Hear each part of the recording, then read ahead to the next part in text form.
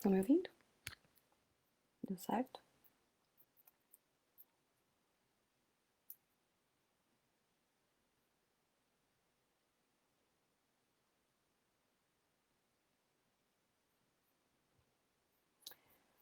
Tá bom.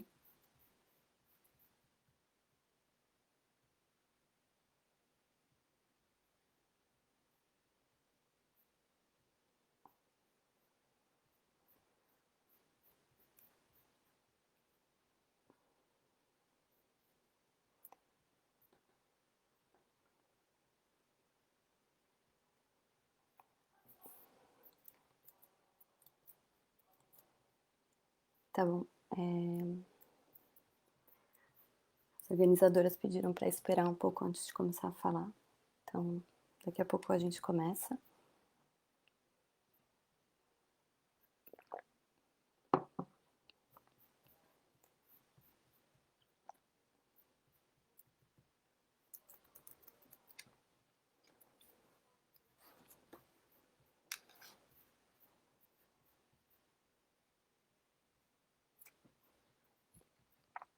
Tá bom, então eu vou começar.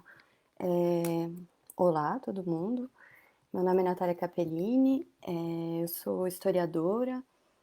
Eu trabalhei na minha tese sobre a construção de barragens hidrelétricas na Amazônia usando uma perspectiva de história ambiental. Eu também trabalho com o período da ditadura militar, e especialmente sobre a política energética brasileira. Eu queria primeiramente agradecer aos organizadores do História em Quarentena, a Natália Guerelos e a Melanie Tuo, por ter me convidado para falar aqui hoje. Então, eu vou falar um pouco sobre a questão ambiental durante a ditadura militar brasileira. Eu chamei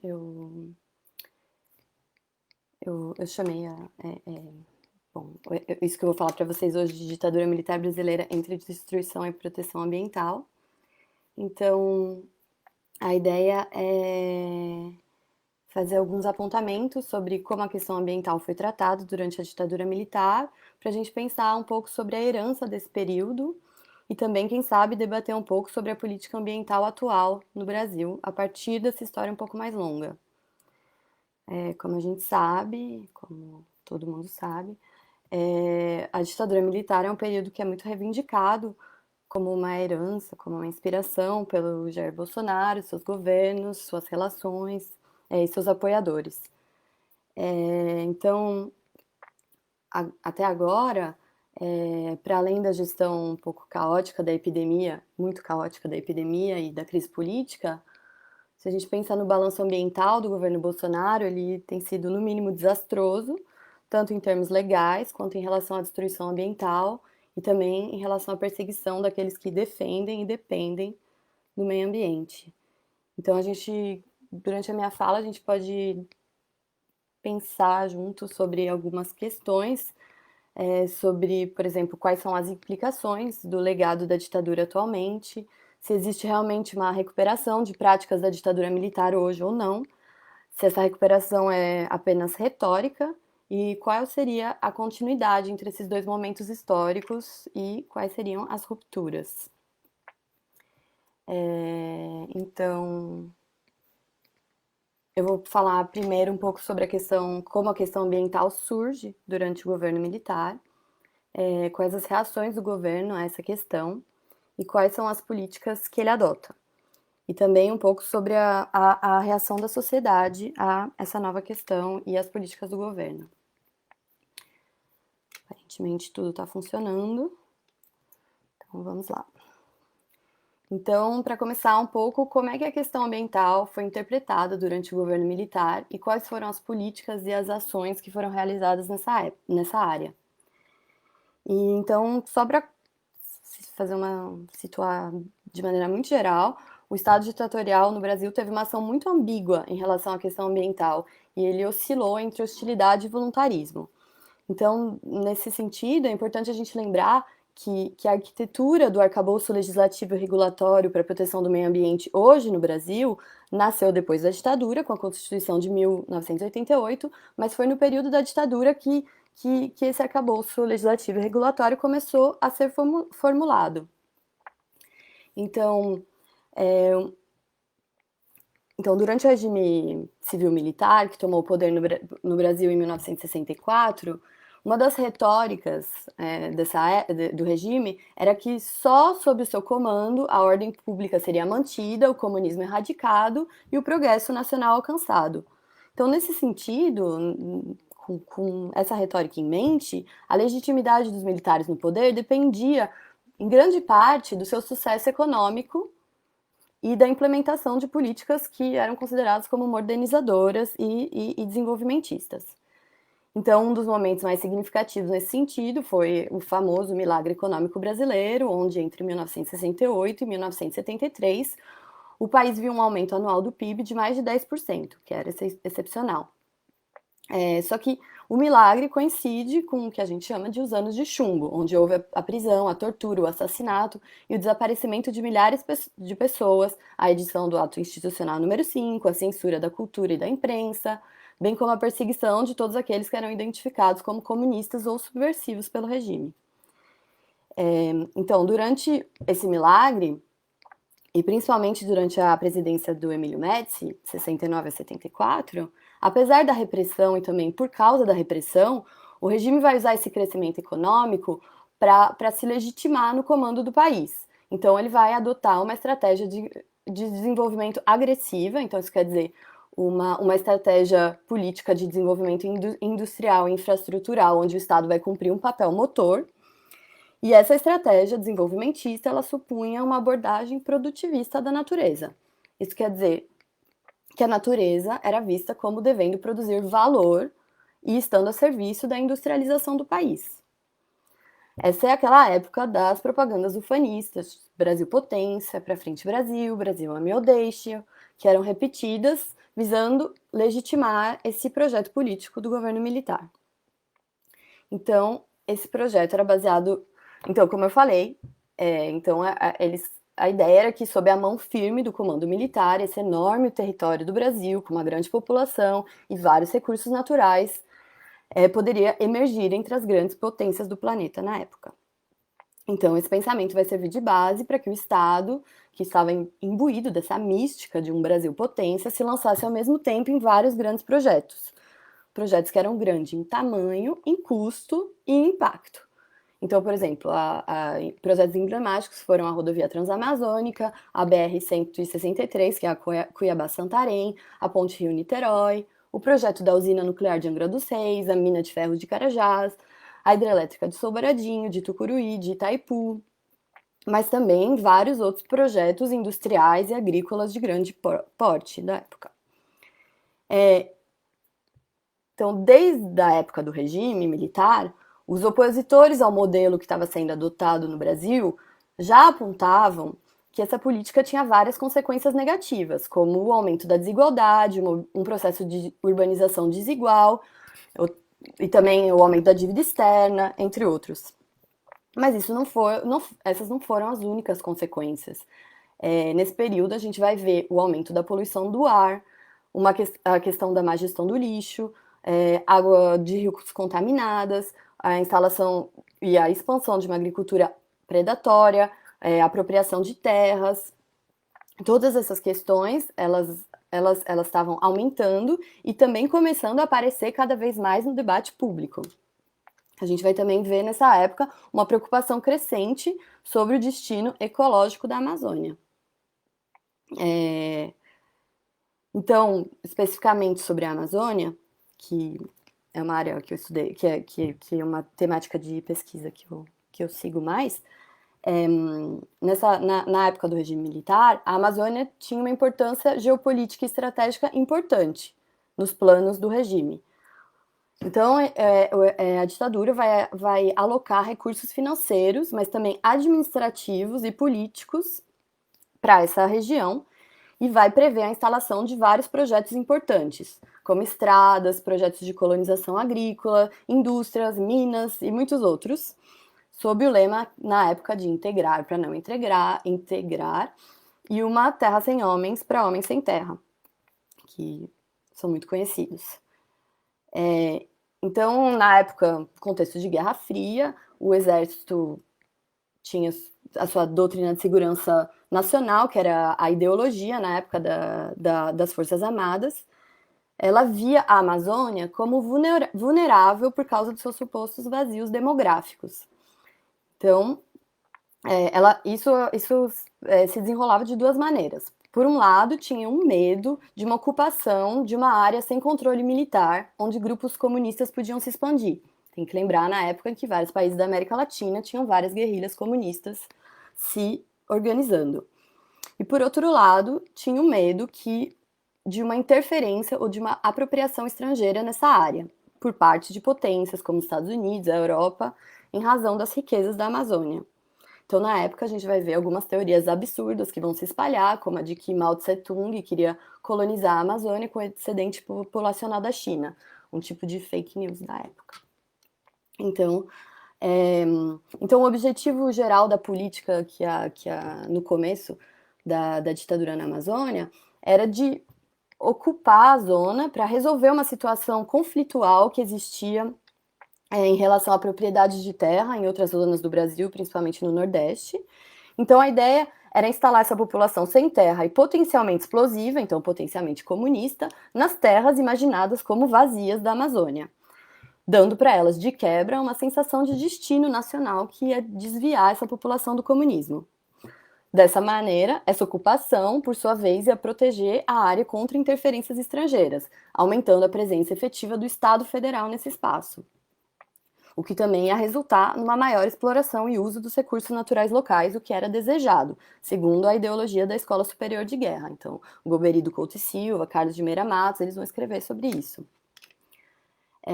Então, esse último ponto que eu falei, da exploração da natureza para gerar lucro, ela decorre dessa ideia histórica que a Amazônia seria uma reserva de recursos para a nação.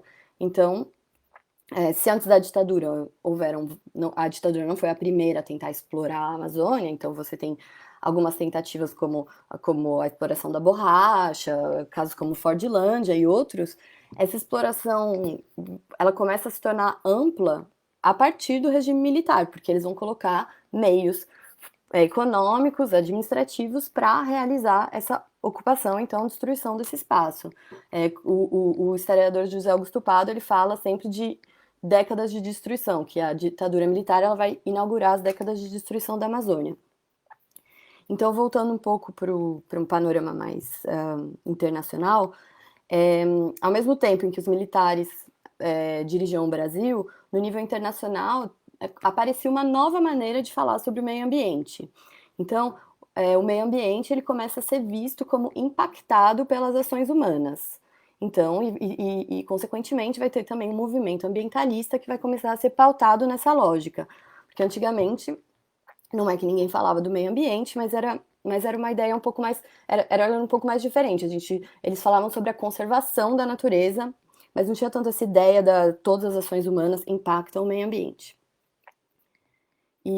Então, por exemplo, nos anos 60 e 62, teve aquele livro da bióloga estadunidense Rachel Carson, que chama Primavera Silenciosa, que vai falar sobre os efeitos do pesticida DDT sobre a natureza.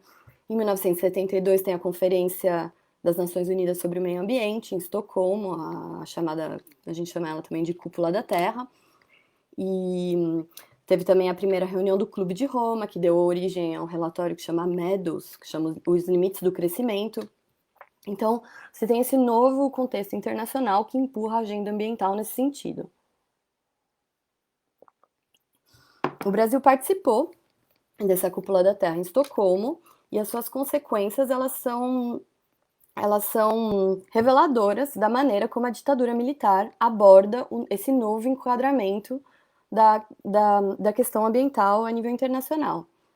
Então, por exemplo, se a gente olha os documentos do Ministério das Relações Exteriores de preparação da Cúpula da Terra, esses documentos vão identificar o meio ambiente como uma questão de segurança e de soberania nacional, e também como um elemento que seria suscetível de prejudicar os planos de industrialização e desenvolvimento do regime. Na época, vários intelectuais e políticos, membros do governo, como Reives Veloso, que era o ministro de Planejamento do Médici, eles usavam essa ideia do espaço para poluir que o Brasil tinha em relação à Europa como uma vantagem comparativa do país. Tem um artigo interessante sobre isso, sobre essa propaganda da possibilidade de poluir o Brasil na revista Tempo, da historiadora Regina Horta Duarte. Se vocês quiserem ver mais sobre isso. Então, visto que o meio ambiente era visto como suscetível de prejudicar os planos de industrialização e desenvolvimento do regime, eles decidem que é necessário neutralizar as pressões que possam prejudicar os interesses do governo durante a cúpula.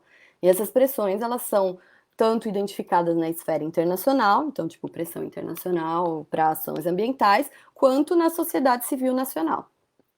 Então, na época, os comentaristas vão falar de duas ideias que resumem um pouco a participação brasileira em Estocolmo, que foi amplamente retratada pela mídia como antiambientalista. Então, os diplomatas brasileiros diziam que a pobreza é a pior das poluições e que os problemas ambientais eram um luxo de países desenvolvidos.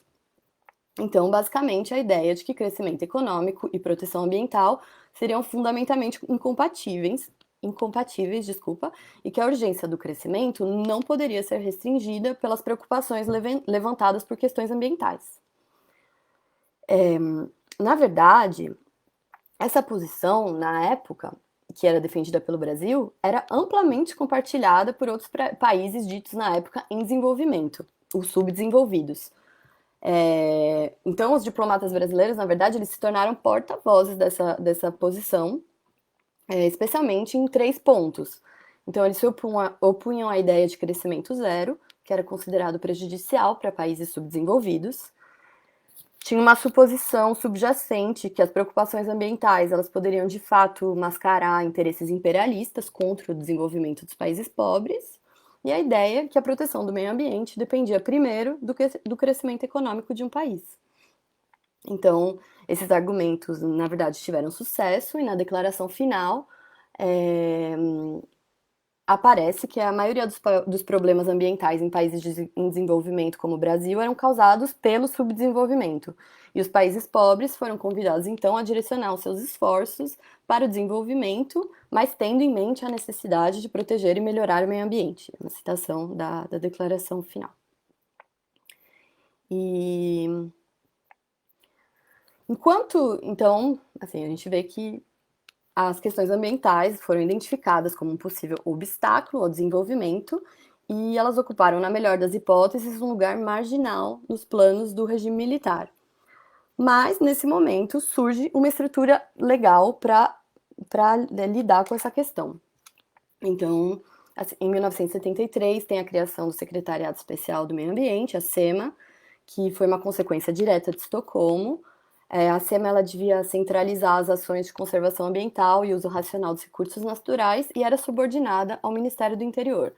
Então, vários autores que analisam a constituição da SEMA, eles vão falar que o único objetivo era, na realidade, responder às pressões internacionais. Esse órgão não estaria realmente equipado para realizar uma ação de proteção da natureza, mas teria sido criado para evitar as críticas e as contestações. É verdade que o mandato da SEMA era super limitado. Então, por exemplo, os recursos minerais, as florestas, a caça e a pesca e os subsolos estavam todos sob o controle do Executivo Federal. Então, uma Secretaria do Meio Ambiente não podia fazer nada sobre esses assuntos.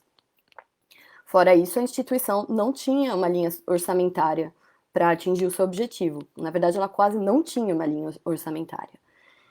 No entanto, a ditadura ela vai convidar para dirigir a SEMA o Paulo Nogueira Neto, que era um ambientalista que era respeitado e bem conectado.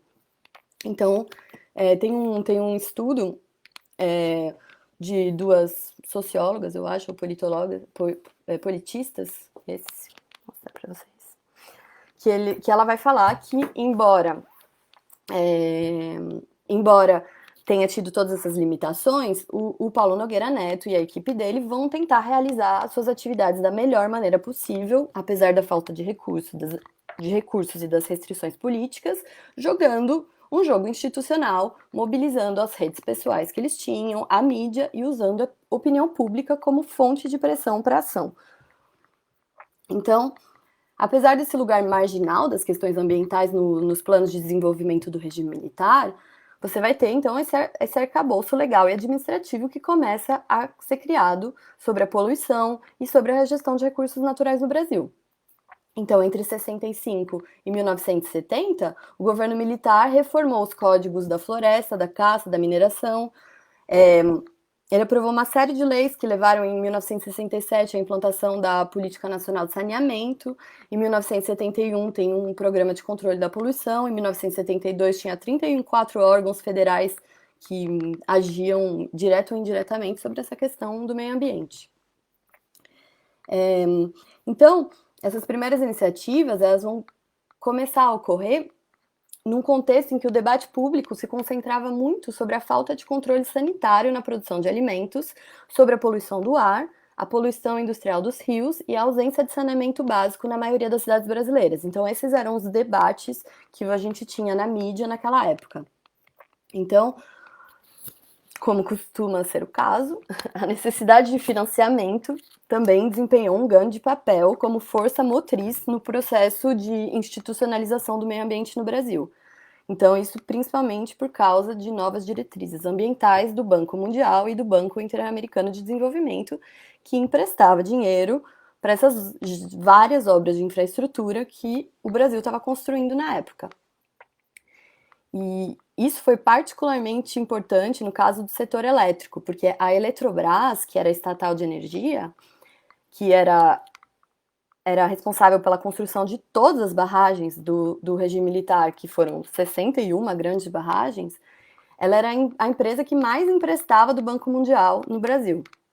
E isso influenciou de maneira importante o processo de licenciamento ambiental depois, porque ela vai ser uma das primeiras, porque quando as instituições de empréstimo internacional começam a pedir condicionalidades ambientais para os projetos, as empresas, as construtoras vão ser obrigadas a fazer alguma coisa. Então, a Eletrobras vai ser um pouco pioneira, ela vai instaurar um processo de licenciamento ambiental, mesmo antes que isso seja lei no Brasil.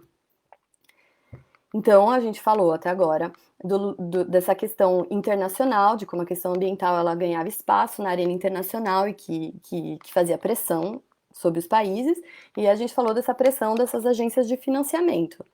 E esses dois elementos foram decisivos para que a questão ambiental se tornasse lei e política pública no Brasil. Mas essas não foram as únicas razões pela qual o governo agiu. Na verdade, a maior pressão era da população, porque as questões ambientais elas se tornavam cada vez mais visível e compartilhada entre a população, e a população organizada e não organizada.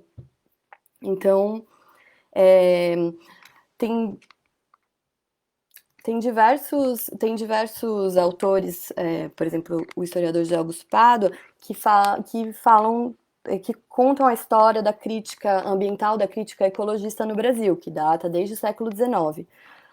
Mas a partir dos anos 70, vai haver um movimento que vai se identificar como ambientalista, tal qual a gente conhece hoje o que seria um movimento ambientalista. Mas assim, o que a gente pode chamar hoje de movimento ambientalista na época não era uma coisa só, não era integrado, tinha vários tipos de grupos diferentes. Então, por exemplo, existiam grupos ambientalistas que tinham surgido num contexto urbano de classe média. Então, por exemplo, um exemplo é a Comissão de Defesa do Patrimônio Comunitário, em São Paulo, que era formado por vários grupos que lutaram contra a construção de um aeroporto em uma floresta próximo da cidade de Caucaia, no estado de São Paulo. Mas assim, mesmo se algumas questões ambientais, como a poluição, principalmente a poluição e o saneamento, estavam cada vez mais midiáticas e as pessoas estavam cada vez mais preocupadas com isso, esses grupos ainda eram minoritários, porque a questão não era super difundida na sociedade brasileira. E a maior parte da oposição do governo estava focando suas críticas no custo social do crescimento e na concentração de renda resultante do modelo estabelecido. Então, por exemplo, um outro exemplo de movimento desse tipo mais urbano é a AGAPAN, a Associação Gaúcha de Proteção da Natureza, do José Lutzenberg, que foi criada em 1971, se eu não me engano. Tem muitos trabalhos da Helenita Malta sobre isso. Também tinha um movimento antinuclear, que contava com vários cientistas que começou a se estruturar depois do acordo com a Alemanha, em 1975. E, e uma questão interessante era que esses grupos ambientalistas, eles ofereciam um canal para criticar a política da ditadura sem que fosse necessário uma militância de partido, que era a oposição mais visível de esquerda da ditadura na época. Naquela época também teve um movimento ecologista um pouco mais comportamental, tipo da contracultura, movimentos artísticos de vanguarda, comunidades esotéricas, baseadas em religiões asiáticas, alimentos orgânicos, tipo, tinha a Associação Brasileira de Comunidades Autossustentáveis. E num outro momento, mais no final dos anos 70, começou a chegar no Brasil a ideia de um marxismo modificado para abraçar as questões ambientais. Então, depois da anistia, várias pessoas que estavam na Europa e viram a criação de partidos verdes voltaram para o Brasil e começaram a falar disso aqui. Então, figuras como o Fernando Gabeira, o Alfredo Sirques. Mas a crítica ambiental também vai nascer em movimentos que são movimentos das margens, que tinham pouco ou nenhum contato com esses movimentos urbanos a princípio. Então, porque de fato, os pobres urbanos, os camponeses e várias comunidades tradicionais, eles eram os mais excluídos do modelo de crescimento da ditadura e também os mais afetados pelos projetos industriais de infraestrutura e de desenvolvimento promovidos pelo regime. E eles também eram os que mais sofriam com as consequências ambientais desses projetos. Então, poluição, falta de saneamento, perdas de terras, de meio de subsistência. Então, desde os anos 70, um contexto mais geral, apesar da ditadura, tinha vários movimentos sociais de base que começavam a se formar. Associações de vizinhos, movimentos camponeses, movimentos feministas, afro-brasileiros, indígenas, etc., que começavam a ganhar força e visibilidade. Então, eram novos movimentos que eram mais independentes, baseados na democracia participativa, e digo independentes da ideologia de esquerda mais tradicional partidária. E esses movimentos atuavam num contexto autoritário e eles se desenvolveram muito próximo do trabalho da igreja influenciada pela teologia da libertação, que desempenhou um papel muito importante, protegendo organizações populares, mas também formando politicamente e acompanhando esses movimentos. Então, esse tipo de luta levou a formação de alguns movimentos que hoje a gente pode dizer de cunho ambiental também, mas que nem sempre se reivindicavam na época como tal. Então, por exemplo, teve um grande movimento de trabalhadores contra o impacto da poluição e das más condições de vida nas favelas da cidade de Cubatão, que era altamente industrializada e nos anos 70 era chamado de Vale da Morte, né? Também as lutas de comunidades locais ocorreram em áreas mais periféricas do país, então, em geral, contra projetos de infraestrutura, industriais e estradas. E com a democratização, e especialmente a partir da década de 80, vai ter a criação de novos partidos políticos, eleição direta de governadores, etc., e movimentos sociais populares começaram a incorporar um pouco mais explicitamente a temática ambiental em sua luta. Foi o caso, particularmente, de luta de diversos povos indígenas diferentes, do movimento de seringueiro na Amazônia, ao torno da figura de Chico Mendes, mais tarde, do movimento Sem Terra também, e do movimento dos afetados por barragem nos anos 90, mas das lutas de pessoas afetadas por barragens antes. Então, isso deu forma ao que a gente chama hoje no Brasil de socioambientalismo, que foi praticamente uma criação teórica brasileira, essa ideia do socioambientalismo, do social com o ambiental. E então, foi nesse contexto de transição política que a gente vai ter a consolidação de algumas bases do que seria a política ambiental que a gente tem até hoje. Então, o Sistema Nacional do Meio Ambiente, em 1981, a Política Nacional do Meio Ambiente, o Conselho Nacional do Meio Ambiente, então o CISNAMA, o CONAMA, bom, que depois foram prolongadas e consolidadas com a Constituição de 1988. Então, eu já falei mais do que era para eu falar, então eu vou fazer alguns comentários finais e depois a gente abre para perguntas. Então,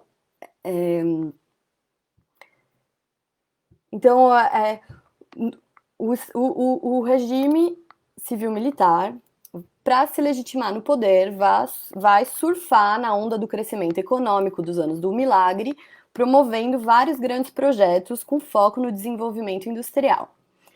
Então, esse modelo, além de excluir uma grande parte da população, teve consequências ambientais importantes, como poluição nas áreas urbanas e apropriação e destruição de estilos de vida em áreas mais rurais. Então, você vai ter, por um lado, o movimento ecológico urbano, que vai aparecer um pouco nessa onda verde mais global, e movimentos de base, que alguns poderiam chamar hoje de ambientalismo dos pobres, emergem por causa desses processos de exclusão. Esses movimentos vão ganhar força durante a abertura do regime e vão se consolidar depois. Sobre a reação do regime a essas mobilizações, é muito interessante, porque o regime, às vezes, eles não conseguiam classificar exatamente o que era o ambientalismo. Então, quando a gente vê documentos da repressão, em algumas manifestações, por exemplo, eles prendiam só as pessoas que eram também identificadas como comunistas, e não os outros.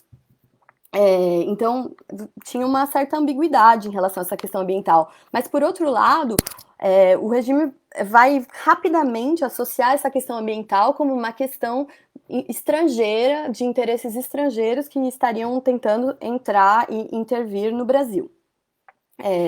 Então, por isso, durante muito tempo, por exemplo, nesses documentos da repressão, a gente vai ver que o governo não reconhecia os movimentos populares como sujeitos legítimos. Eles consideravam essas pessoas manipuladas por terceiros, que sejam por comunistas, pela igreja. Então, então tem essa ambiguidade em relação às mobilizações ambientais. E então, no final das contas, por um misto de pressão social, pressão internacional e pressão dos financiadores internacionais, apesar da retórica mais visível do regime militar, o Brasil acabou fazendo parte de uma tendência global de regulação da questão ambiental. Só que a política ambiental forjada na época foi muito moldada pela ideologia autoritária do governo, que era baseada na desmobilização da sociedade e na inclusão do país na internacionalização da economia. Então, mesmo se muitas políticas do regime militar foram para inglês ver, elas constituíram, de fato, uma estrutura legal e burocrática a partir da qual a proteção ambiental pôde ser ampliada depois. E, bom, eu vou parar por aqui. E se tiver questões, pelo que eu entendi, a Natália vai me mandar por WhatsApp as questões e eu vou colocar elas para vocês ouvirem.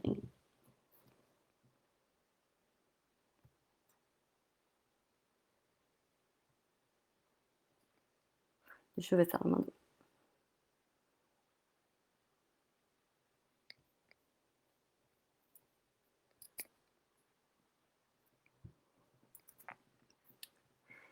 Então, enquanto não chega a pergunta, uma questão interessante é pensar quais continuidades e descontinuidades que a gente vê dessa época da ditadura em relação à situação que a gente vê hoje. E, por exemplo, algumas questões um pouco óbvias, ou algumas continuidades um pouco óbvias, a gente pode pensar nessa compreensão de uma oposição fundamental entre o desenvolvimento econômico e o meio ambiente, mas também que está muito presente no governo Bolsonaro, e também essa instrumentalização da pobreza como uma desculpa para não fazer políticas ambientais, como no caso da Amazônia hoje. Então, antes era numa lógica desenvolvimentista e hoje é numa lógica neoliberal. Então, eu vou ler uma pergunta aqui. A Natália perguntou: você chegou a estudar o impacto dessas políticas de crescimento econômico na Amazônia durante a ditadura em relação às populações indígenas da época? Eu não estudei diretamente isso na minha tese, mas, na verdade, vai ser um impacto enorme, vai ter um verdadeiro genocídio de populações indígenas na época, porque com a abertura de estradas, vários povos se foram forçados a se encontrar com vários camponeses que vinham de várias regiões do país, com esses projetos de colonização agrícola, e foi realmente muito desastroso. Tem uma outra pergunta.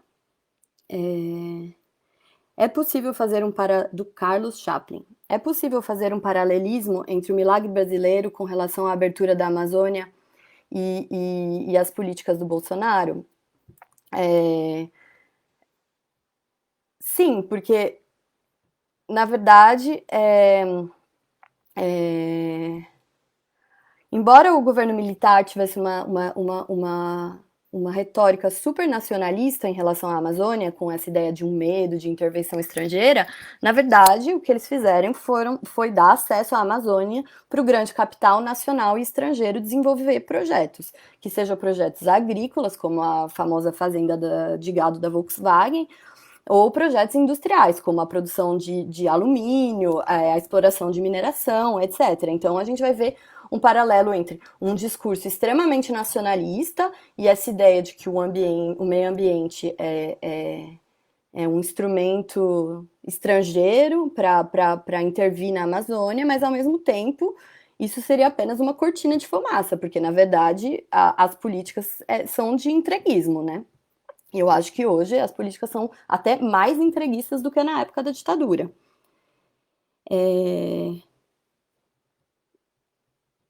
Tem uma outra pergunta aqui, do Paulo César Gomes.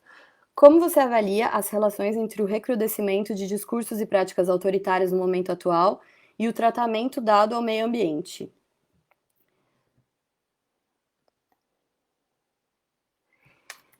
Então, não sei, eu não sei se eu diria que tem uma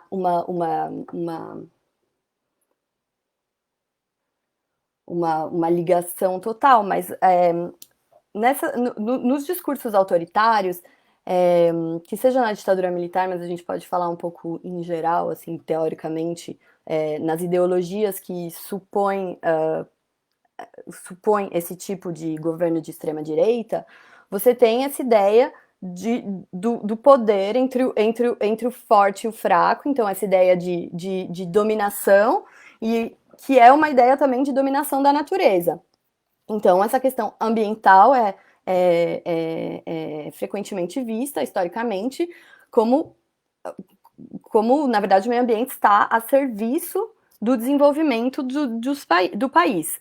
Embora hoje em dia a gente vê o desenvolvimento dessa nova ideia do ecofascismo, eu acho que, que a gente poderia traçar alguns paralelos entre essa ideia de pensar de uma prática autoritária do Estado e uma prática exploradora em relação à natureza.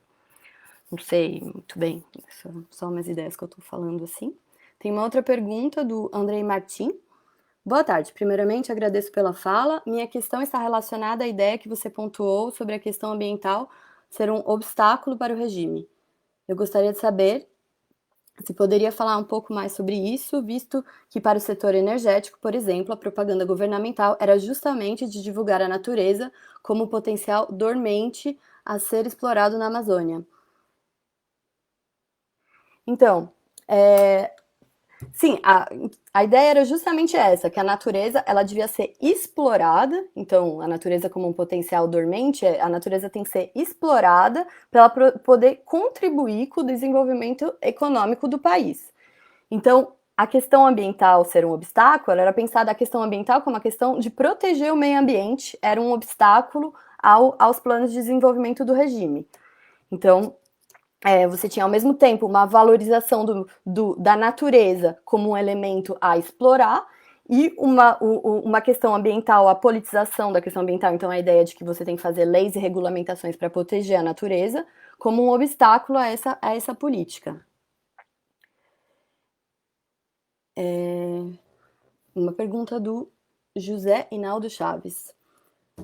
No âmbito da gestão das águas e sua relação com as populações locais da Amazônia na ditadura, poderia falar um pouco mais sobre os impactos de projeto como a usina Tucuruí para a história ambiental da região? Peraí, deixa eu...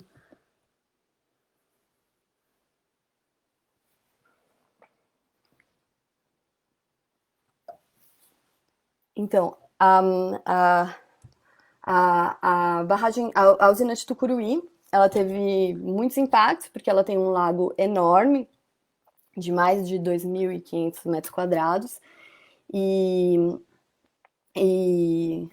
Peraí, deixa eu só ler a pergunta sem falar.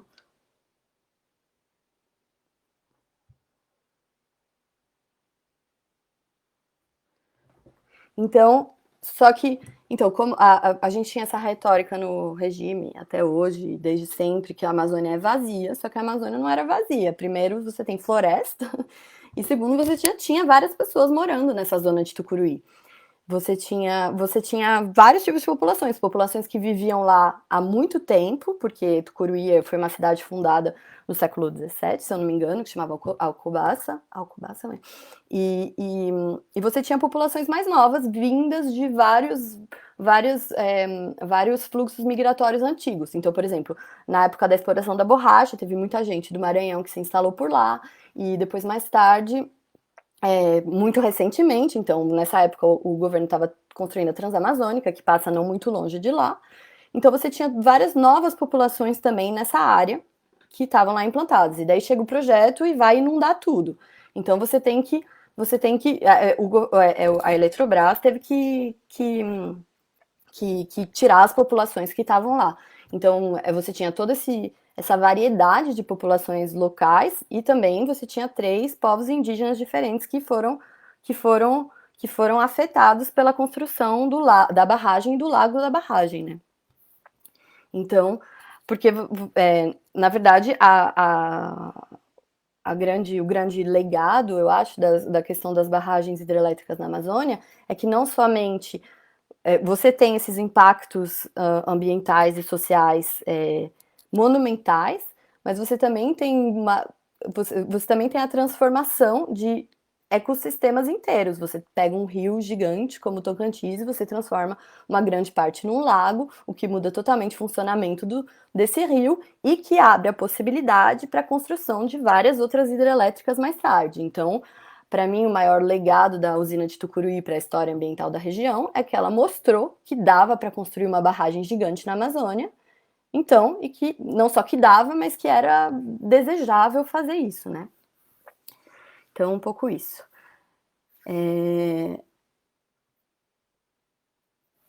A Natália perguntou em relação ao discurso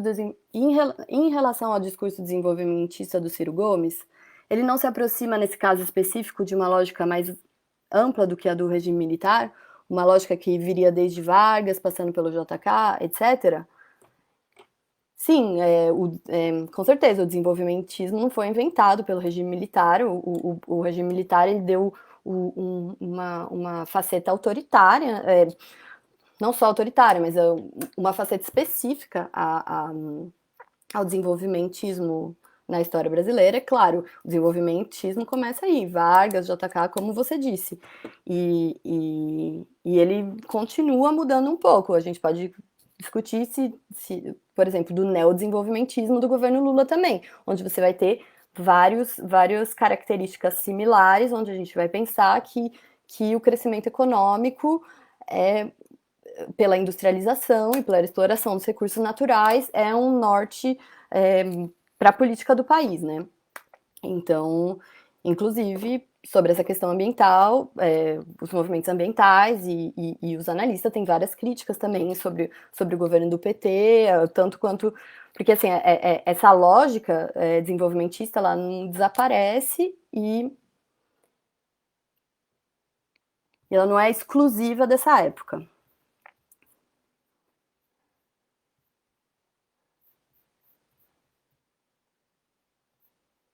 Deixa eu ver se tem mais alguma pergunta.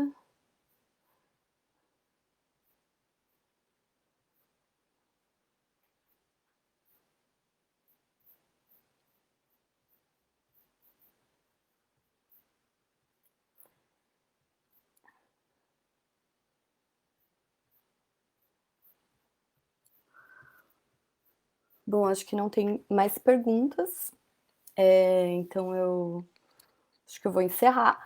E, bom, eu queria de novo agradecer a História em Quarentena, agradecer as pessoas que estão me ouvindo e que vão me ouvir.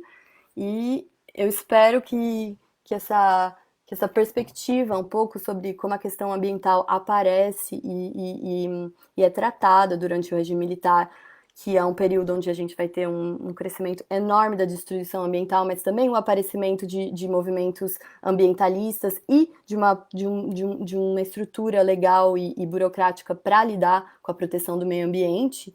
Eu espero, que na verdade, eu acho muito importante entender esse período e saber o que aconteceu nesse período para a gente pensar a situação ambiental hoje no Brasil, porque várias dessas políticas elas têm e várias dessas práticas